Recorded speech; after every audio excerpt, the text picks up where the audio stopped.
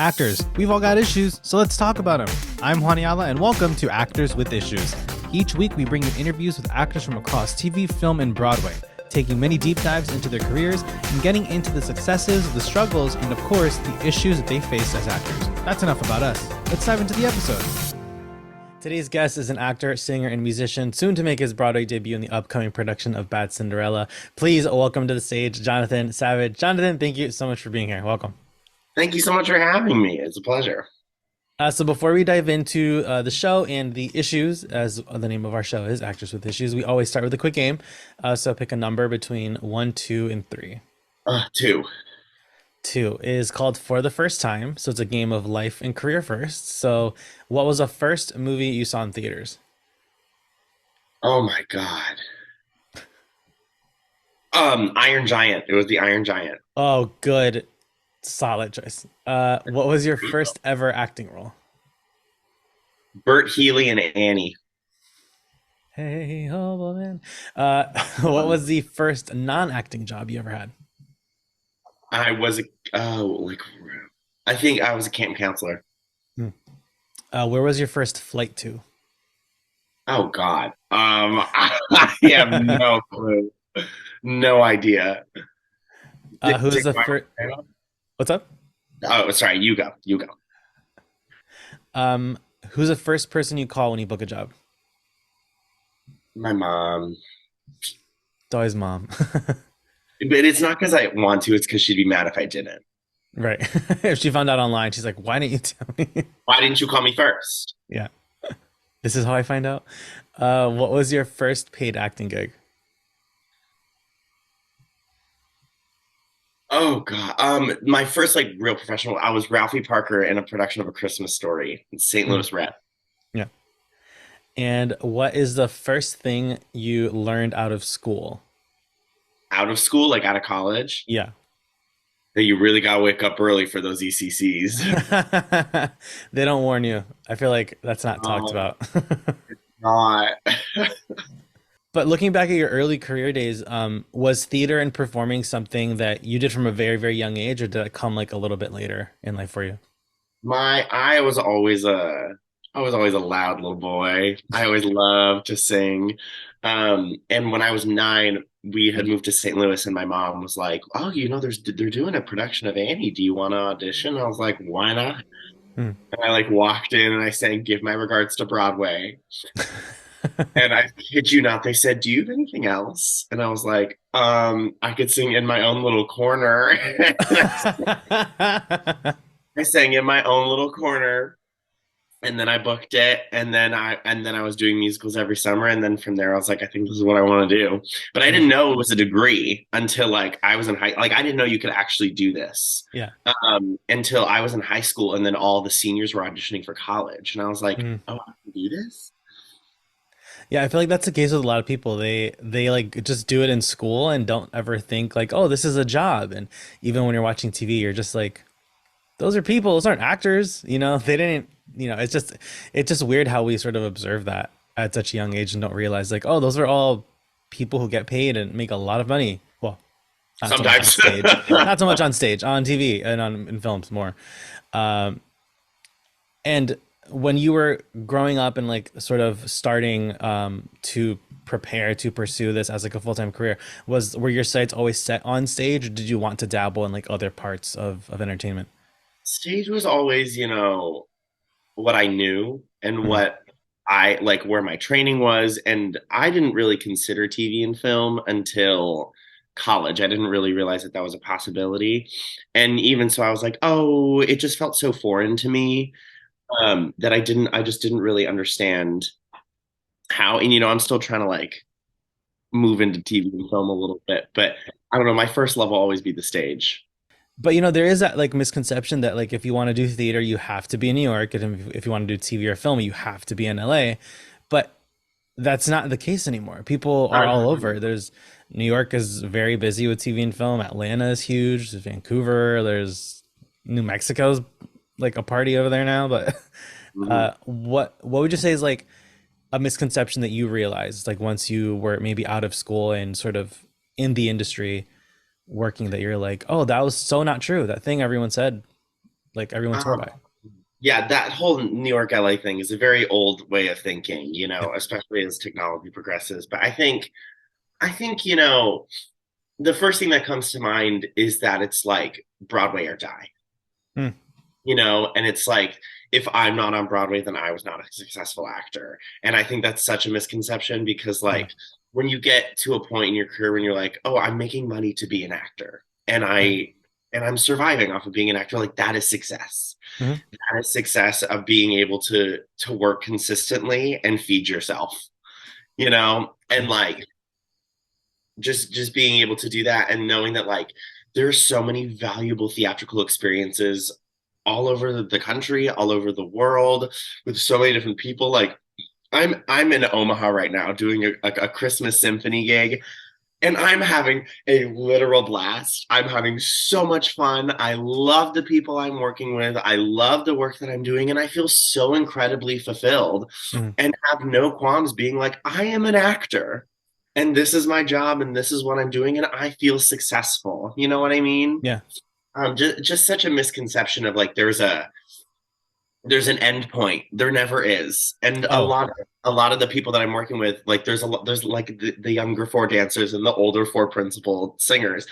And those four principal singers are very, very successful careers on Broadway, off Broadway, all around the country. And literally last night, one of them was like, I'm always submitting myself, like the work never stops. Like yeah. there's never a point when you're not pushing for yourself to get a job. There's always a job. And I think that feeling of at the end of a contract, when you're like, oh no, I Hmm. have to look for more work again. Like I did a show at the Muni and I made it. And then that Yeah. contract ends. And then you're like, Now oh what? no, I just keep looking for work. It Yeah. doesn't just, there's never an end point. Yeah. And even no matter where you are in your career, I remember we had Patina Miller on our show, which is still crazy to say. And even she was saying that she's starring in her own show on Stars. She's like the number one on the call sheet of this TV show. And even she said like before they get like news of renewal for a new season, she's like, what's next? She's like always hungry for the next thing, and you never know. She, like most actors, she's had her heart broken before. Things get canceled, things get postponed indefinitely, or go into development hell, and you never hear anything after. And it's crazy though, like multiple Tony nominations, Tony winner, like what 6 seasons of like of Madam Secretary and all these other shows, and still that hunger never leaves you. And if it does, it's like wake up, like if you don't have that drive, it's like you almost become sort of I don't think complacent's the right word, but just sort of settling. And I feel like an art career in the arts at all, settling can really mess us up more than we think, you know. That's an interesting point you make because I think settling it is specific to the person. I mean, like Mhm. I think another thing that I really learned through the pandemic is that like you need to have something else that drives you Yeah. and something else that makes you happy. So like my big pandemic journey was the pandemic happened. I left like the full story was like I was walking into a final callback for a vacation swing for Jagged Little Pill, and then like very well could have been my Broadway debut, and then the pandemic shut the whole world down, Yeah. and that flew out the window. And I was gonna do Super U off Broadway, and I was like, I'm an actor, and then it all just, and then we all thought it was gonna be a month, and then it wasn't.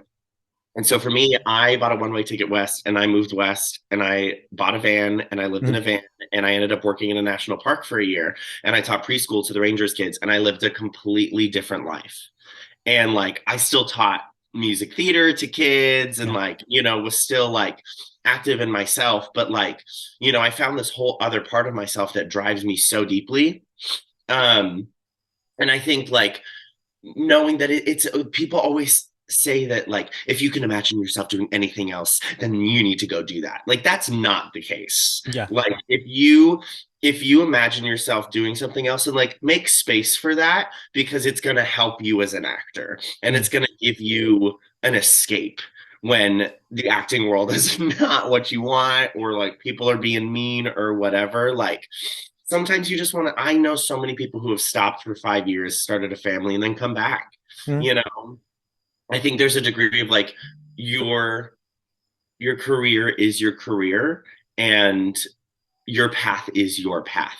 Yeah. Like, there were so many people who were like, is Jonathan quitting the industry? When I was like, I live in Yellowstone now. I was like, psychs on all of you. I'm on Broadway now. Like, Right. there's a way to keep the dream alive while you're not actively pursuing it. You know what I mean? Yeah.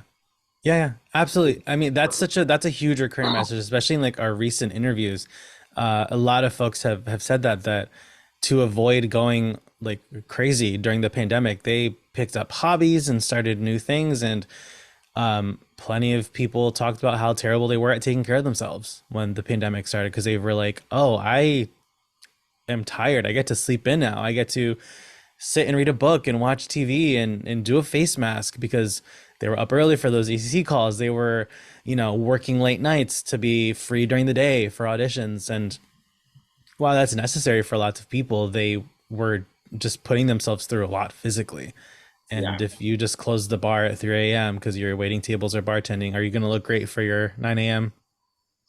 call? It's like you have to take the necessary steps to make everything work. And it's a very fine line between like finding a balance, and it's obviously a lot easier said than done. But yeah, I completely agree with everything you just said. At the end of the day, you're living in the most expensive city in the world and you have to eat, Yeah. and it's like, ugh, it's such a crazy business. It's Yeah. so crazy. Sometimes it's like, why are we doing this to ourselves? Yeah. What a weird thing we signed up for, knowing full well it was not going to be easy. I think that's another reality. Like when I graduated college, it was like, oh, you're gonna get a job and then you're gonna audition. And then it's like, oh, but like your survival job has no sympathy for you. Nope, at all. Like they don't care that you have to wake up for auditions. Like they don't care that they don't care because they're running their own business. You Yeah. know what I mean? And it's just, oh God, it's so exhausting trying to juggle all these different things. And like, especially in this new world where it's like, is it better that we're all self-taping now or worse? Because it's like, is my tape going to be seen or Yeah. but at least like I can do it on my own time. But like, you can't walk into a room and make an acquaintance with someone just by being in the room. There's such an important existence of being able to walk into that room and having them being able to see what you are in an interaction with them rather Yeah. than a slate. Like I hate slating. I feel like, you So put know, on. like Yeah. it's so put on and Yeah. and you're trying to be natural and like show who you are. And it's just like, who's watching it? Right. Are they really gonna Are they like at least in a room you can get to the end of your audition, but like in a Yeah. tape, like you don't grab them in the first couple of seconds. Like, are they gonna skip? They have so many tapes to watch. Yeah. It's so crazy. So with the name of our show being Actors with Issues, you did mention beforehand that you experienced like a vocal issue or vocal injury. So that is very real for so many people. I mean, myself included. Nothing officially diagnosed, but you know your body. You know when things are off and you can't sing for a while, and just put yourself at rest. But what was your experience going through that? What went on? So I had well here's the long version. I'm trying to make it short version, but you know It's what a I mean. podcast. Go as long as you need. Um, I always loved to sing. It was always my first love. Like Mm, singing was my thing. I was the boy that sang. I'm sure you know that feeling. When you're in elementary school and like you're the boy with the voice, you like know, going for the solo. Everyone knows you're gonna go for it. solo, so when my voice changed, I didn't have a proper technician to help me get through it. Yeah. And I developed a lot of tension. And so I went into high school with a lot of tension. I couldn't sing above an E. Like F's and G's terrified me. And Hmm. even if you're a baritone, like you're dead if you can't sing above an E. Yeah. And so I had kept building up this tension to just get these notes because I never had a proper and I don't know why I never went to a proper voice teacher to help me get through it, but I didn't. And so I went to college and I couldn't sing above an E. And all I wanted was I just wanted to do it. And I kept pushing, pushing, pushing. My teachers were like, slow down. Um, I ended up at a summer intensive between my sophomore and junior year. And I kept pushing myself, kept pushing myself. I came back for junior year. I was called back for three roles I couldn't sing. Kept trying to push, push, push, push, push, and it all just came to a head. And I remember there was just a day where like my falsetto just wasn't there. I couldn't do a falsetto on an open vowel. I'd be like, "Ooh," and I was Mm. like, Yep, been something's there. wrong. And I got cast in a role I couldn't sing, and my voice just kept failing. Mhm. And I was like, what is going on? And eventually, so I went to Penn State, and the faculty is, I love that faculty. They're incredibly supportive, and they were like, you need to go see a doctor. And I was like, okay. So I went to this local doctor, and I got a scope, and I was like, ha ha ha. So what's wrong, doc? And the room was silent, and I was like, oh, there's something wrong. Mm. And I look at my vocal cords, and there's this huge like blood blister. I had a hemorrhagic polyp on my vocal cord. Oof. And I was like, what is that? And they were like, don't sing for 3 months. And I was like, okay. So I went back to school, and I like dropped out of the role. Like the onstage swing and I just switched tracks. So I was like, Mm. I'm like not gonna screw the show over. Like I'll do his track, he can do my track, and I just will lip sing the whole show. And the voice teachers are like, this doesn't make sense. Like you should be going to vocal therapy. You should like, we want you to get a second opinion. So they helped me get set up with a clinic in Philadelphia. Mm. There's Sadilov's clinic, who he fixed Julie Andrews' botched surgery. So Julie Andrews had the botched surgery, and he had to fix it. Mm. He's worked on Pavarotti. Like I didn't have him, but I was at his practice. And I couldn't get until November. I got in November. They looked at it and they were like, okay, great. So you're going to go on a week of vocal rest. Then you're going to come back. Then you're going to start speech therapy. And then you're going to hit surgery. And I was like, okay. And then they're like, and then you're going to start singing therapy. And I was like, okay. So I didn't sing for my entire junior year of college, My and which God. is like honestly the best time for it to happen because I had so much support to be able to help me. And what was interesting is my relationship with dance is very interesting because I started really late. So it took me a really long time to call myself a dancer. In my junior year, I couldn't sing. And I remember my tap teacher was like, well, what an incredible opportunity for you to explore your voice with your body. And so I really found my voice as a dancer, but that's another conversation. So um, I went through the surgery. I couldn't speak for a week. Then I had to speak 1 minute every 10 minutes. So I literally had an alarm on my phone every day, 10 minutes. Then I would just whoo for a minute. Yeah. And then the next week was 2 minutes every 10. And then it was 3 minutes every 10. And then it was 5 minutes every 10. And the 5 minutes, I was like, I don't know what to say anymore. I've run out of things to say. And then eventually I could start speaking. And then I started to sing again. And then like my whole voice opened up, and I Mm. like was finally able to sing all of the things I'd ever wanted to sing. But now I have this trauma, this PTSD of an injury. And it took me years, and it's something I still deal with, years to, what was that, like 6 years ago? To, oh my God, years to like get past that fear of that I had built around singing. Yeah. And I was so, so, so, so scared. And so I remember my first summer out of college, I worked at Forestburg Playhouse, which is, if you're in the resident company, it is a hard summer. It's a fantastic summer. It's a great place to work, but you are working your, can I swear? Absolutely.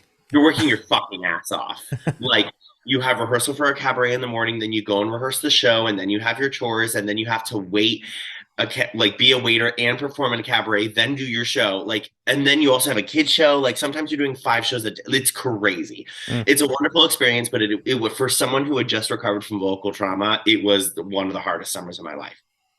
And I spent that whole summer in like recover, like in like not recovery mode, but just like what's the word I want to use? Just like crisis mode, just like always making sure I could Yeah. sing, Yeah. and like not trusting what my voice could do. And there was just so much trauma, and just like going into auditions and being like, I know I can sing this, but then like not doing it because my brain chickened out. And it took me a very long time to be like, I can do this, I can do this, I can do this. And I've gotten better, and I have my techniques to be able to get through it, but it's still something I kind of deal with. But now there's a point where Like I know my voice. Like one thing from the surgery is I know my voice to a T. Mhm. I know when she is tired. I know when she's dry. I know when I need to shut up. Like I know how many days I'm gonna need to recover. Like I smoke a lot of weed. So like I know how much I can abuse my voice and Yeah. how I can get back. You know what I mean? And I know Yeah. what she needs. And so that was an incredible experience to have. But it's just something that just stays with you. And anyone who you meet who's had vocal trauma or vocal surgery or anything like that, there's like this kinship that's immediately like, you get it. Yeah. You get it. And it's so common. It's so common, but you get scared. I get scared that like people will think like, oh, well, can Jonathan sing it? But like, no one has that feeling about me. Like, Mm. I don't want to speak for other people, but I think there's a point where like people think like, wow, Jonathan has a really strong, very versatile voice. Like he can sing anything. Mm. But I'm like, I can, but like, can I do it in the moment? Right. It's like, well, now I have to live up to that expectation, and there's just Yeah. all this anxiety and stress, and that's part of like theater is you have to do it in the moment. You don't get another take.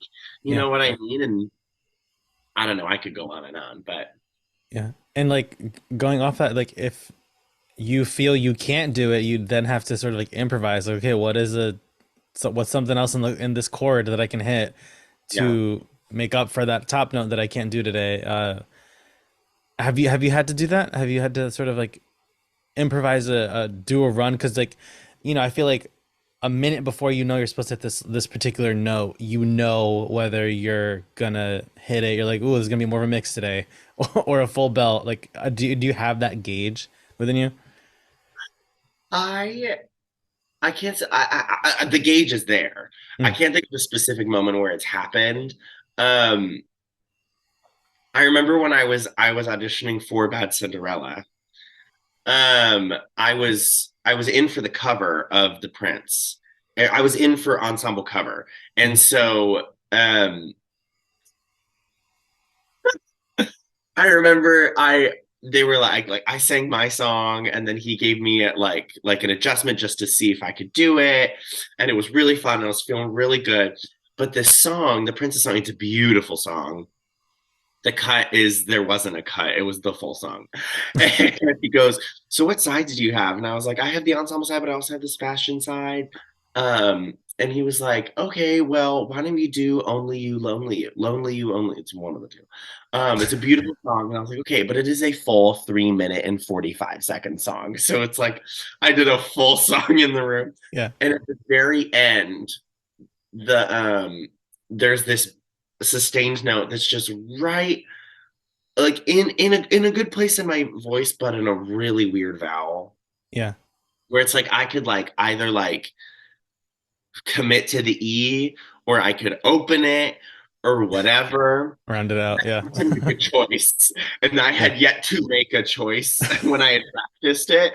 Like what you practice is what you do. And I remember like we went into the key change, and I was like went into it. And it's like lonely you, and I like got a little scared, and I mixed it more than I could belt it. And I was like, okay, okay, okay, like everything's gonna be fine. Like moving to the end of the song, and I still hadn't made a choice of what I was gonna do, and it showed because then it came, and I was like, and then I ended up doing nothing I'd ever practiced, which was scream belting on an open vowel. And I was like, no! But it like that was even more of a mix than what I did.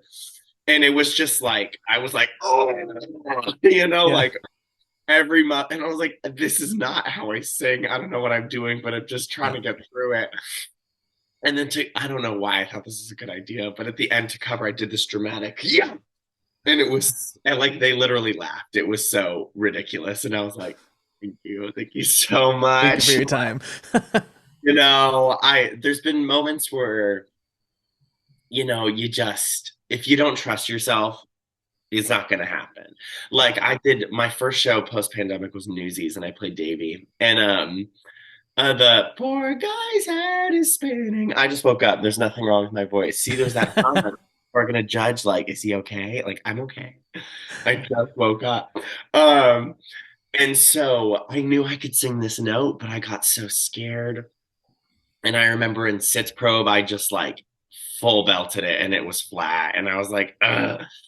And I ended up getting COVID during that production. I was like, there is no world where I'm ever going to miss this note again because I'm going to cherish every second I get on that stage because I Mhm. just like I missed opening weekend and I had only had a couple shows and we had 6 COVID cases. I was like, am I even going to get Oh to do the gosh. show? Like, Yeah. and so there's just this moment where you just kind of got to trust that you know what it is and just trust that the work's going to take over. And you also do what my friend Lucy Anders calls the soprano point, where you just do a boom, like a thing with your hand just to just to get that proprioception, Yeah. to be like that throw or that point just to get that high note and you know it's going to come out. I don't know, but it Yeah. just once you get to that point where you trust that you can do it, like if I've done it twice in front of an audience, I'm like, I can do this. I don't have to Yeah. worry.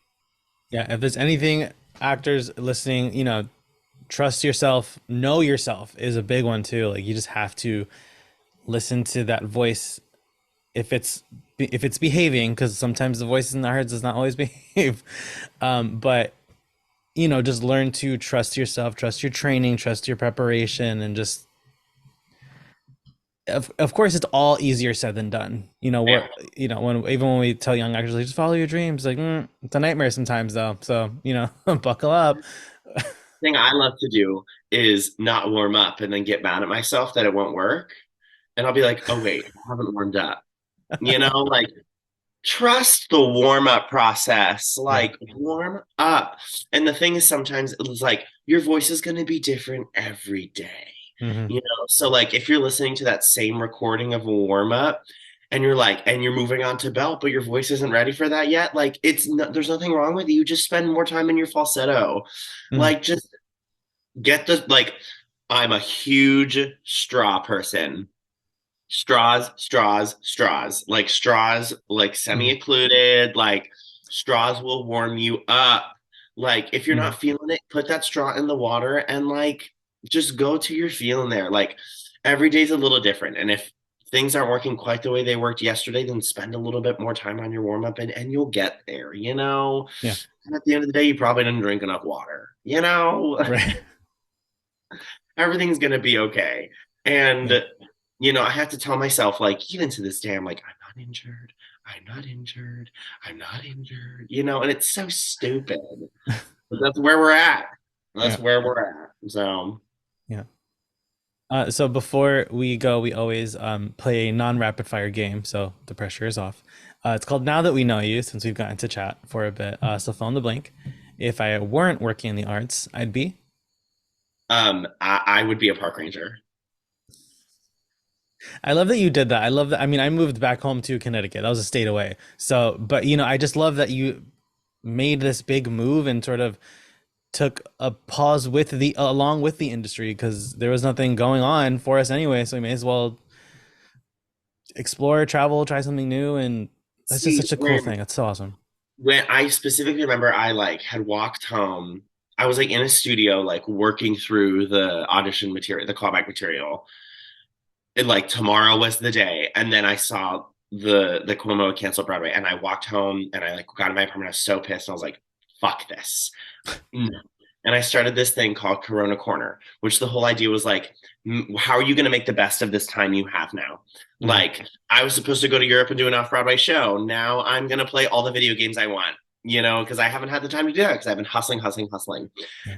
And then, like, my big Corona corner was just like, you know what? I'm gonna go out west and I'm gonna work in a national park and I'm gonna make the best of this situation. Like COVID be damned, I'm gonna do it. Yeah. And I have a one-man show of all my original music called Farewell to the West that I wrote out there. And then I did it at 54 and I did it at Green Room. Mhm. Which just chronicles that whole experience. And like, I never would have found my voice as a songwriter if it wasn't for that experience. And I just did an artist in residency back in Yellowstone in Gardner, Montana, where I wrote another show. And now I have 2 shows. And I'm like, oh my God, Yeah. it's like, in that time, you just, it really, while it was not a gift for many, for me, it was a gift. I learned a lot and I grew a lot. What is the best advice you've ever gotten? Oh, dear God.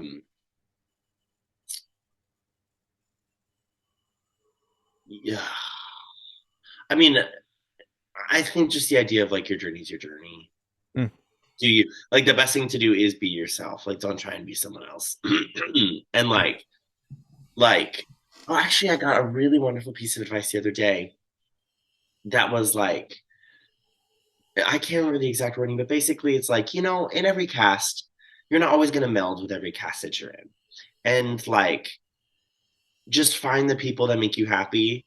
And that's, if you Yeah. don't get along with someone, that's okay. This is a job. Yeah. It's a job. It's a job. You're at work. Mm, Like, and I think what's really interesting about like doing summer stock versus like doing a production contract, which I've never done I'm about to do my first, and I'll let you know how it is. yeah. But like being in like a summer stock situation is like you go to work with these people and you live with these people. Mm, You spend all your time with these people. And what's nice about like doing theater in New York is like you go to work, you go home. yeah. And it's like I don't know. Well, I'm gonna pick a different one. Best one is just be yourself. Just to be yourself and like don't look sideways. Like your journey's gonna be like so different from other people's. Like a year ago, I was like living in a van, and now I'm about to make my Broadway debut. Yeah. Like your journey is your journey, and trust the process, and just be kind. Like just be kind. Mm, Because we're all working through it, and we're all going through something, and sometimes you don't know if someone just needs a kind little word there, yeah. like it can make sense. And what is the worst advice you've ever gotten? I know we try and put out the bad advice, but we get so much of it. Specific people pop up in my mind when I think of. I'm trying to think about like what they might have said to me though. um oh god, nothing specific comes to mind, but just like don't I don't know. It's okay. I've been blessed with great advice. Yeah. And lastly, in 10 words or less, what advice would you give to a young actor? Never forget that this is fun Mm, yeah. It's a big and that one. we It's love called a it, play for a reason. all the play. Awesome. Well, Jonathan, thank you so, so much for joining us today. If anyone wants to give you a follow on Instagram, anywhere on social media, where can they find you? I am JA Savage 5. That is my Instagram handle. I am really not on TikTok and I don't have Twitter. But Stay off Twitter. It's horrible. if you want to watch my one man show, it is in the link in my bio. Farewell to the West. I'm very proud of it. Or come see me at the Imperial in Bad Cinderella. When do you guys open? Or when is it set to open? We start previews February like 17th or 27th, Okay. and then we open like March 25th, a Got it. day after Andrew Lloyd Webber's 75th birthday. Wow. Holy crap. On the day of the announcement, I got followed by Andrew Lloyd Webber on Instagram, and I was like, "This isn't real. This isn't real." It's like so That's so crazy. cool. Awesome. And folks, you know the drill. You can follow us on Instagram at Actors with Issues. Give me a follow at Juan Ayala Official and subscribe to our show on YouTube, Spotify, wherever you get your podcasts for new episodes every Monday and bonus episodes throughout the week. I'm Juan Ayala. That's Jonathan Savage. This is Actors with Issues. We'll see you next week.